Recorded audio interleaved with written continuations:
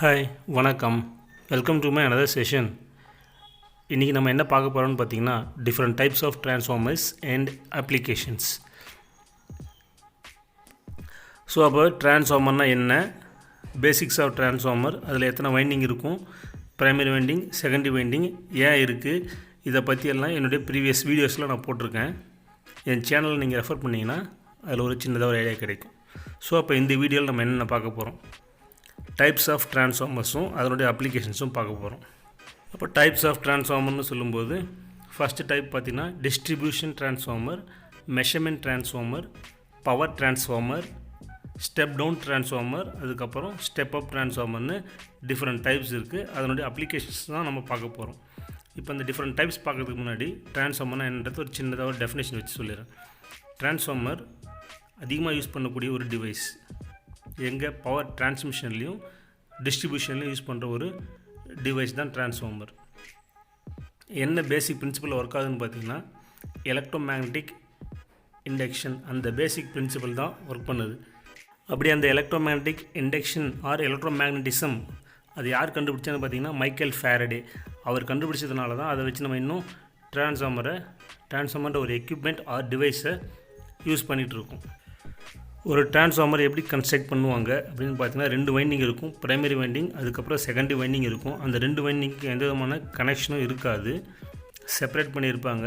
Primary வைண்டிங்கில் induce ஆகிற current based on electromagnetic induction induce ஆகிற கரண்ட் செகண்டரி வைண்டிங்கில் அப்படியே ட்ரான்ஸ்ஃபர் ஆகும் based on the induction principle. So அப்போ 2 வைண்டிங்க்கும் கனெக்ஷன் இருக்காது. இப்போ அதில் டைப்ஸ் ஆஃப் ட்ரான்ஸ்ஃபார்மர் பார்க்க போகிறோம், அதுக்கப்புறம் அதில் டிஃப்ரெண்ட் அப்ளிகேஷன்ஸை பார்க்க போகிறோம். நீங்கள் எந்த விதமான ட்ரான்ஸ்ஃபார்மர் எடுத்துக்கிட்டாலும், அதாவது டைப்ஸ் ஆஃப் ட்ரான்ஸ்ஃபார்மர்ஸ் எது எடுத்துக்கிட்டாலும் எல்லாமே ஒர்க் பண்ணுற போகிறது ஒரே பிரின்சிபல் தான், அந்த எலக்ட்ரோமேக்னட்டிக் இண்டக்ஷன்ற ஒரே பிரின்சிபல் தான். அதுக்கப்புறம் கன்ஸ்ட்ரக்ஷன் மெத்தட் கொஞ்சம் டிஃபர் ஆகும். ஆப்ரேட்டிங் பிரின்சிபல் ஆஃப் ஆல் ட்ரான்ஸ்ஃபார்மர்னு பார்த்தீங்கன்னா எல்லாமே சேம், கன்ஸ்ட்ரக்ஷனில் மட்டும்தான் அது வேறுபடும்.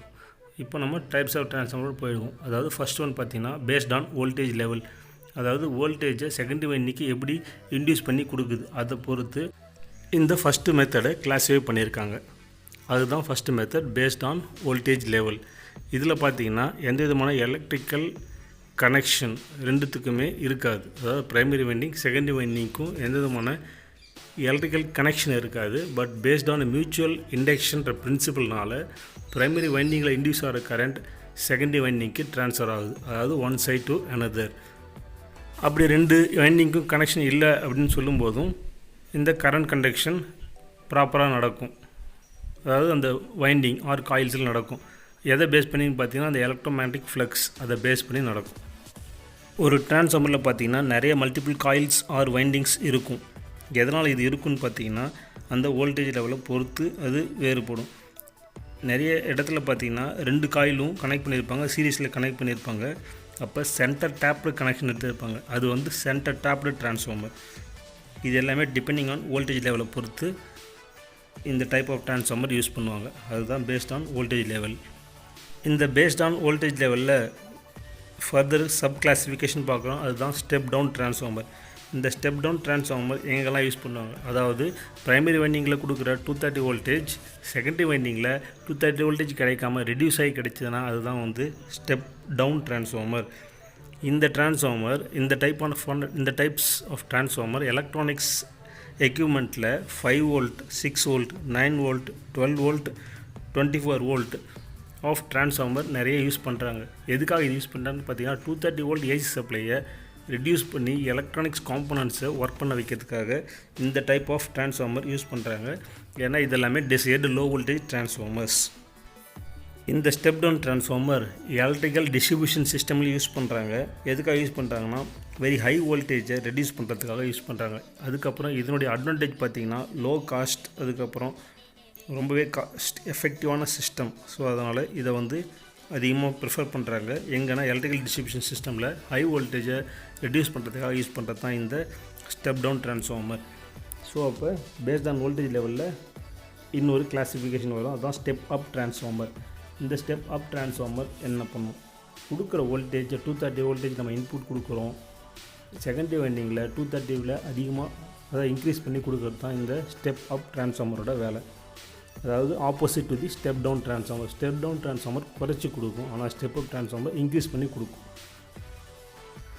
வைண்டிங்கோட ரேஷியோ பார்க்குறோம். நெக்ஸ்ட்டு ப்ரைமரி வைண்டிங்க்கும் செகண்டரி வைண்டிங்கும் கண்டிப்பாக வைண்டிங் ஒரே மாதிரி இருக்காது. ஏன் அப்படின்னு பார்த்தீங்கன்னா ப்ரைமரி வைண்டிங்கில் கொடுக்குற 230 வோல்டேஜ் செகண்டரி வைண்டிங்கில் இன்க்ரீஸ் ஆகி தான் கிடைக்கும். ஸோ அதனால் கண்டிப்பாக செகண்டரி டர்ன்ஸ் அதிகமாக இருக்கும்.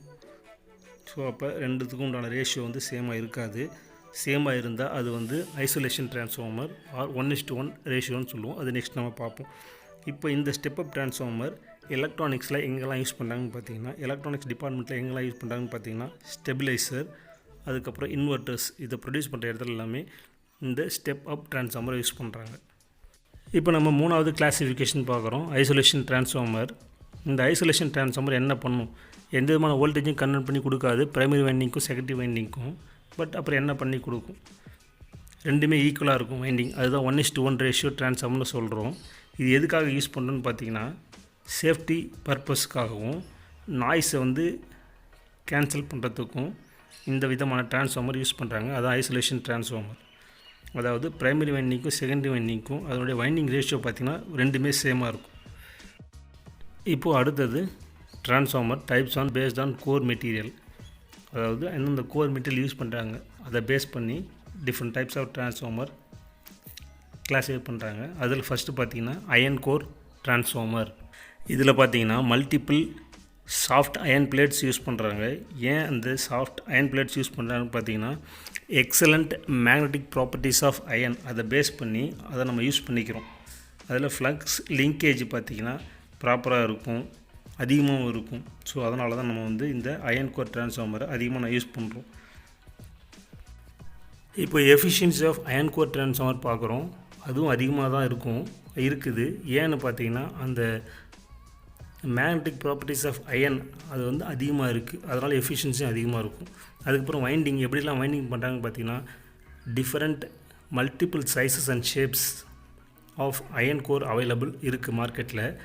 என்னென்ன டைப்ஸ்னு பார்த்தீங்கன்னா EIUL, இது விட நிறைய இருக்குது. அதுதான் நான் உங்களுக்கு சின்ன எக்ஸாம்பிளாக கொடுத்துருக்கேன். ஸோ இதை பேஸ் பண்ணி அந்த வைண்டிங் இருக்கும். இப்போ நெக்ஸ்ட்டு பேஸ்ட் ஆன் கோர் மெட்டீரியலில் அடுத்த டைப் பார்த்திங்கன்னா ஃபெரைட் கோர். ஸோ இந்த விதமான ஃபெரைட் கோர் ட்ரான்ஸ்ஃபார்மர் எங்கெல்லாம் யூஸ் பண்ணுறாங்கன்னு பார்த்தீங்கன்னா, ஹை ஃப்ரீக்வன்சி அப்ளிகேஷனில் யூஸ் பண்ணுறாங்க. ஏன் ஹை ஃப்ரீக்வன்சினா, இது வந்து ஹை மேக்னெட்டிக் பர்மியபிலிட்டி அதை பேஸ் பண்ணி ஒர்க் ஆகுது. அதுக்கப்புறம் இது லோ லாஸை ப்ரொவைட் பண்ணி கொடுக்கும். இது எங்கெல்லாம் யூஸ் பண்ணுறாங்கன்னு பார்த்தீங்கன்னா, SMPS அதாவது சுவிட்ச் மோட் பவர் சப்ளை, அந்த இடத்துல யூஸ் பண்ணுறது தான் இந்த ஃபெரைட் கோர் ட்ரான்ஸ்ஃபார்மர்ஸ்.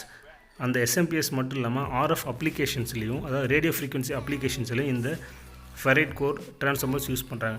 நெக்ஸ்ட் பார்த்தீங்கன்னா டொராய்டல் ட்ரான்ஸ்ஃபார்மர். ஏன் இதை டொராய்டல்னு சொல்கிறாங்கன்னா, இது வந்து ஒரு டொராய்டு கோர் ட்ரான்ஸ்ஃபார்மர் டைப். அது என்ன சார் டொராய்டு கோர்? டொராய்டுனா ஒரு ரிங் இல்லைனா donut shaped core material use பண்ணியிருப்பாங்க.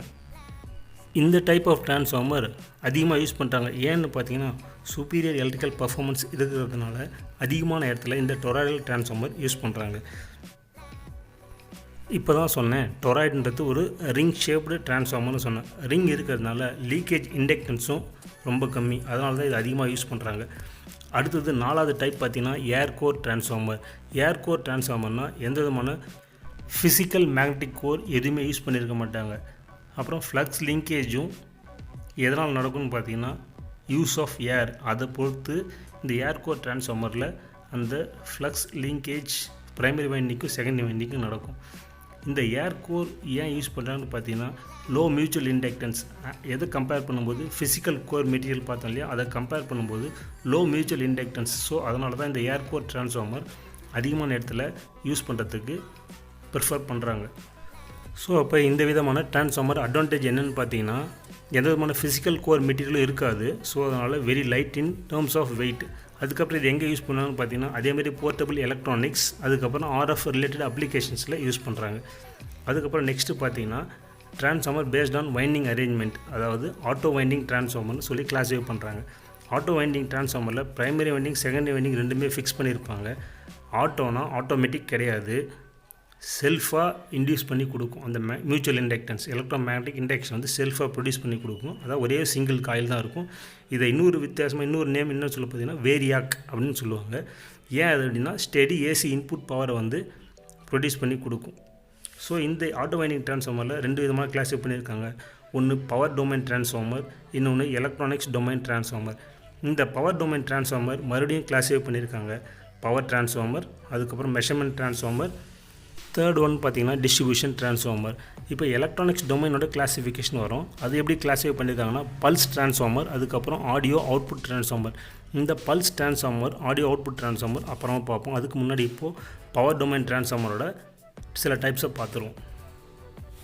அதில் ஃபஸ்ட்டு பார்க்குறது தான் power transformer. Power transformer larger in size, பெருசாக இருக்கும். எங்கே யூஸ் பண்ணணும்னு பார்த்தீங்கன்னா சப்ஸ்டேஷனில் பப்ளிக் எலக்ட்ரிக்கல் சப்ளையை ப்ரொடியூஸ் பண்ணி கொடுக்குற இடத்துல யூஸ் பண்ணுவாங்க. இதில் வந்து small power transformer, medium power transformer, அதுக்கப்புறம் லார்ஜ் பவர் டிரான்ஸ்ஃபார்மர்னு 3 விதமாக நமக்கு கிடைக்கிது. வோல்டேஜ் பார்த்திங்கன்னா 500லேருந்து 700 kVA, அதை விட அதிகமாகவும் கிடைக்கிது. இது வந்து பவர் டிரான்ஸ்ஃபார்மர். ஸோ அப்போ செகண்ட் நம்ம பார்க்க போகிறதா மெஷர்மெண்ட் டிரான்ஸ்ஃபார்மர். இந்த மெஷர்மெண்ட் டிரான்ஸ்ஃபார்மர் என்ன பண்ணும், மெஷர் பண்ணி தான் கொடுக்கும். அதாவது மெயின் பவர் சப்ளையை கட் பண்ணிவிட்டு கரண்ட்டையும் வோல்டேஜையும் கன்வெர்ட் பண்ணி கொடுக்கும். என்ன வேணால் சின்ன ரேஷியோ, ஸ்மாலர் ரேஷியோ அந்த செகண்டரி அவுட்புட்டில் கன்வெர்ட் பண்ணி கொடுக்கறது தான் இந்த மெஷர்மெண்ட் டிரான்ஸ்ஃபார்மரோட வேலை. மூணாவது பார்க்கலாம் டிஸ்ட்ரிபியூஷன் டிரான்ஸ்ஃபார்மர். இதுதான் லாஸ்ட் ஃபேஸாக பவர் டிரான்ஸ்ஃபார்மரோட டைப்பு. இது வந்து ஸ்டெப் அப் டிரான்ஸ்ஃபார்மராகவும் கிடைக்குது, ஸ்டெப் டவுன் டிரான்ஸ்ஃபார்மராகவும் கிடைக்குது. எந்த இடத்துலனா டிரான்ஸ்மிஷன் அண்ட் டிஸ்ட்ரிபியூஷன் இடத்துல யூஸ் பண்ணுறது தான் இந்த டிஸ்ட்ரிபியூஷன் டிரான்ஸ்ஃபார்மர். இப்போ எலக்ட்ரானிக்ஸ் டொமைனில் கிளாஸிஃபிகேஷன் வரும். அதில் ஃபஸ்ட்டு பார்த்தீங்கன்னா பல்ஸ் டிரான்ஸ்ஃபார்மர். இந்த பல்ஸ் டிரான்ஸ்ஃபார்மரோட யூஸ் எங்கன்னா பார்த்தீங்கன்னா பிசிபி இல்லை மவுண்ட் பண்ணுற டிரான்ஸ்ஃபார்மர் எல்லாமே பார்த்தீங்கன்னா இந்த பல்ஸ் டிரான்ஸ்ஃபார்மர். இது எதுக்காக யூஸ் பண்ணுறாங்கன்னா ப்ரைமரியும் செகண்டரியும் கரெக்டாக செப்பரேட் பண்ணி கொடுக்கறதுக்காக தான் யூஸ் பண்ணுறாங்க. இப்போ நெக்ஸ்ட் கிளாஸிஃபிகேஷன் பார்த்தீங்கன்னா ஆடியோ அவுட்புட் டிரான்ஸ்ஃபார்மர். இது எங்கே யூஸ் பண்ணணும்னு பார்த்தீங்கன்னா டிரான்ஸ்ஃபார்மரில், அதாவது எலக்ட்ரானிக்ஸ் டொமைனில் யூஸ் பண்ணுறாங்க. இது வந்து லோ இம்பீடன்ஸ் மேட்சிங் எங்கெல்லாம் தேவைப்படுதோ அங்கெல்லாம் யூஸ் பண்ணுறது தான் இந்த ஆடியோ அவுட்புட் டிரான்ஸ்ஃபார்மர். எங்கே அதிகமாக யூஸ் பண்ணணும்னு பார்த்தீங்கன்னா லவுட் ஸ்பீக்கர் எங்கெல்லாம் யூஸ் பண்ணுறாங்களோ அங்கே யூஸ் பண்ணுறது தான் இது. நிறைய டிஃப்ரெண்ட் டேப்பிங்ஸில் கிடைக்குது. ப்ரைமரி, செகண்டரி காயில்ஸ், அதுக்கப்புறம் சென்டர் டேப். ஆடியோ டிரான்ஸ்ஃபார்மரில் யூஸ் பண்ணுறது தான் இந்த ஆடியோ அவுட்புட் டிரான்ஸ்ஃபார்மர். ஸோ அப்போ இந்த செஷனோட எண்டுக்கு நம்ம வந்துட்டோம். இந்த வீடியோவில் டிஃப்ரெண்ட் டைப்ஸ் ஆஃப் டிரான்ஸ்ஃபார்மர், அதுக்குண்டான அப்ளிகேஷன்ஸும் நான் உங்களுக்கு சொல்லியிருக்கேன்.